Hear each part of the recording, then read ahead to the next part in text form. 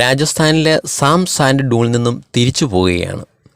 കാനോയിലേക്ക് പോകുന്ന ഒരു ജീപ്പ് കിട്ടി. ഇവിടെ നിന്നും 2.5 കിലോമീറ്റർ ഉണ്ട് കാനോയിലേക്ക്. ജയ്സൽമീറിലെ ഏറ്റവും മനോഹരമായ സ്ഥലമാണ് ഈ സാം സാൻഡ് ഡൂൺസ്. രാത്രിയാകുന്നതിന് മുമ്പേ ഡെസേർട്ട് ക്യാമ്പിലെത്തണം. താമസിച്ചു പോയാൽ 2 കാര്യങ്ങളാണ് നഷ്ടപ്പെടുക.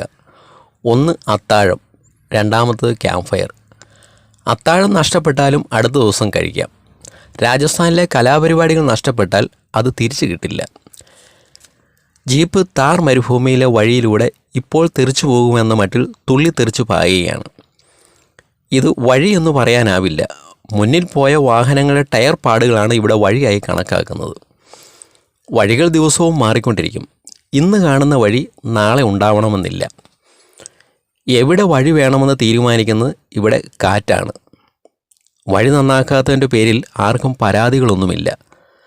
സാം ഗ്രാമത്തിൻ്റെ സൗന്ദര്യം എന്ന് പറയുന്നത് തന്നെ ഈ വഴിയില്ലായ്മയാണ്. ഞാൻ ജീപ്പിൻ്റെ പുറകിൽ നിൽക്കുകയാണ്.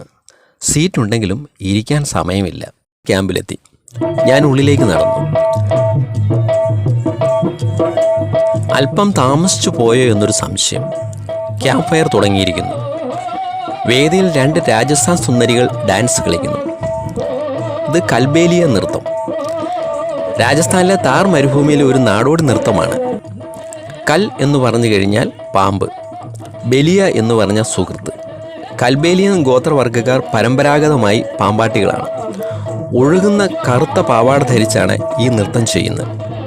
ഇതിൽ പാമ്പിൻ്റെ വരകളെ സൂചിപ്പിക്കുന്ന വെളുത്തതോ ചുവന്നതോ ആയ വരകൾ തയ്ച്ചു പിടിപ്പിച്ചിരിക്കും. പാമ്പിൻ്റെ ചലനങ്ങൾ അനുകരിച്ചുകൊണ്ടാണ് നർത്തകർ ഇത് അവതരിപ്പിക്കുന്നത്. നൃത്തം മുന്നോട്ട് പോകുമ്പോൾ താളവും ചുവടുകളും വേഗത്തിലാവും.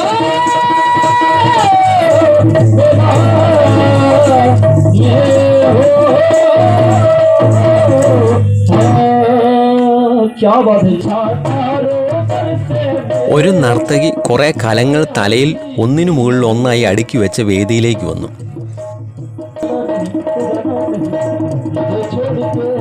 ഇത് ഭാവായി നാടോടി നൃത്തമാണ്. വെള്ളത്തിനായി ഏറെ യാത്ര ചെയ്യുന്ന രാജസ്ഥാൻ സ്ത്രീകളുടെ വിഷമാവസ്ഥ കാണിക്കുന്ന നൃത്തമാണിത്. അടുക്കളയിലുള്ള മുഴുവൻ പാത്രങ്ങളും തലയിൽ കാണാം. അത് താഴെ പോകാതെ ബാലൻസ് ചെയ്ത് കളിക്കുന്നതാണ് ഈ നൃത്തം. ജാട്ട് ഗോത്ര വിഭാഗത്തിൽപ്പെട്ടവരാണ് ഇത് അവതരിപ്പിക്കുന്നത്.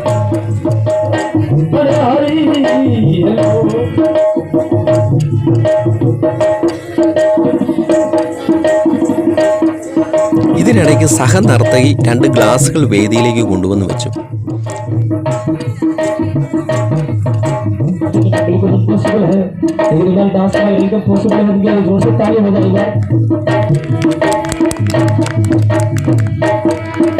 ഗ്ലാസിന് മുകളിൽ കയറി നിന്നായി പിന്നെ നൃത്തം. എന്തും സംഭവിക്കാം. നർത്തകിയേക്കാൾ ടെൻഷൻ കാണികൾക്കാണ്. ബാലൻസ് തെറ്റിയാൽ ആ കലങ്ങൾ മുഴുവൻ താഴെ വീണ് ഉടയും. ആ സാധ്യത മുന്നിൽ കണ്ടാവണം സഹനർത്തകി ചേർന്ന് നിൽക്കുകയാണ്. ഭാഗ്യം, ഒന്നും സംഭവിച്ചില്ല.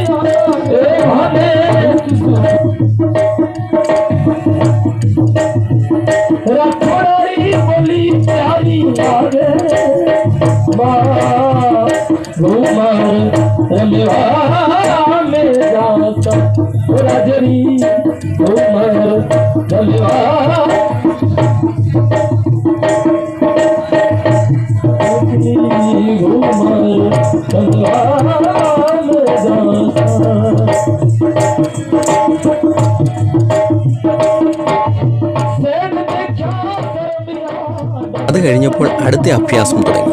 ഒരു കുപ്പിക്ക് മുകളിൽ വെച്ചിരിക്കുന്ന രൂപ കടിച്ചെടുത്തു.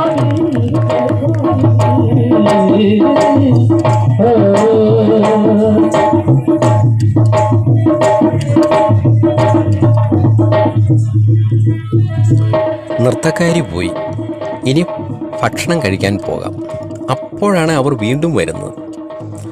വെള്ളം കൊണ്ടുവയ്ക്കാൻ പോയതാണ്. ഒരു വലിയ പണി കഴിഞ്ഞതിൻ്റെ സന്തോഷ സൂചകമായി അവർ ഒന്നുകൂടി വട്ടം ചുറ്റി.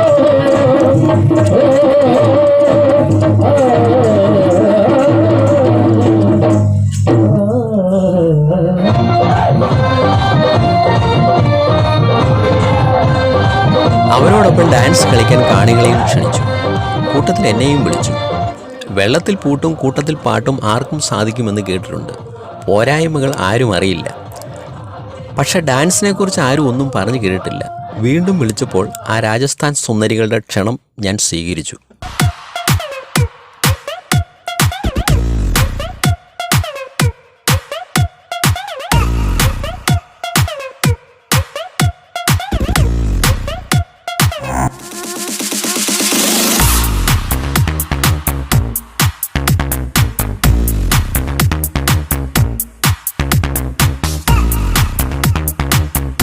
ശരീരമാദ്യം ഖലുധർമ്മ സാധനം എന്നാണ് കാളിദാസനും പറഞ്ഞിരിക്കുന്നത്. അതുകൊണ്ട് ഇനി എന്തെങ്കിലും കഴിച്ചിട്ട് ബാക്കി കാര്യമെന്നുറച്ചു. ഞാൻ ഡൈനിങ് ഹാളിലെത്തി.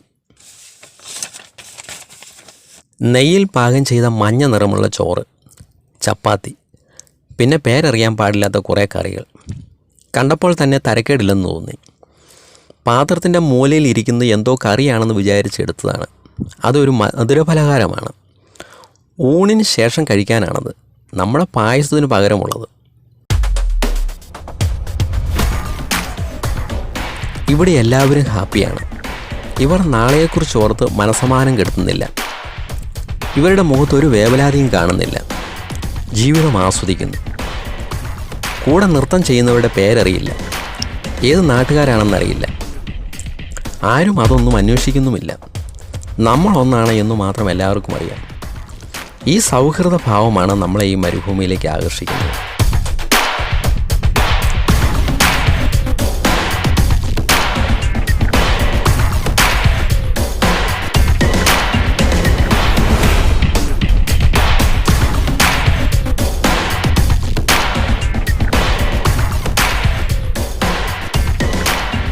രാജസ്ഥാനിലെ ഒരു പരമ്പരാഗത നാടോടി നൃത്തമാണ് ഘൂമർ.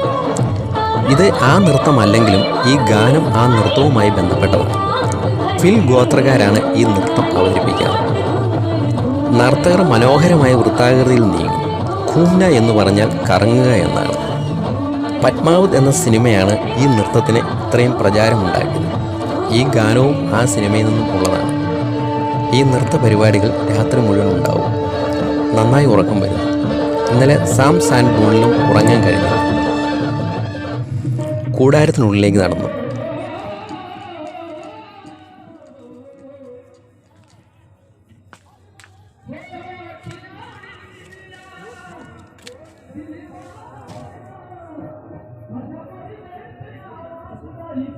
മരുഭൂമിയിൽ പകൽ നല്ല ചൂടാണെങ്കിലും രാത്രിയും നല്ല തണുപ്പാണ്. നാളെ സാം ഗ്രാമത്തോട് യാത്ര പറയും. കൂടുതൽ മരുഭൂമി വിശേഷങ്ങളുമായി അടുത്ത വീഡിയോയിൽ കാണാം.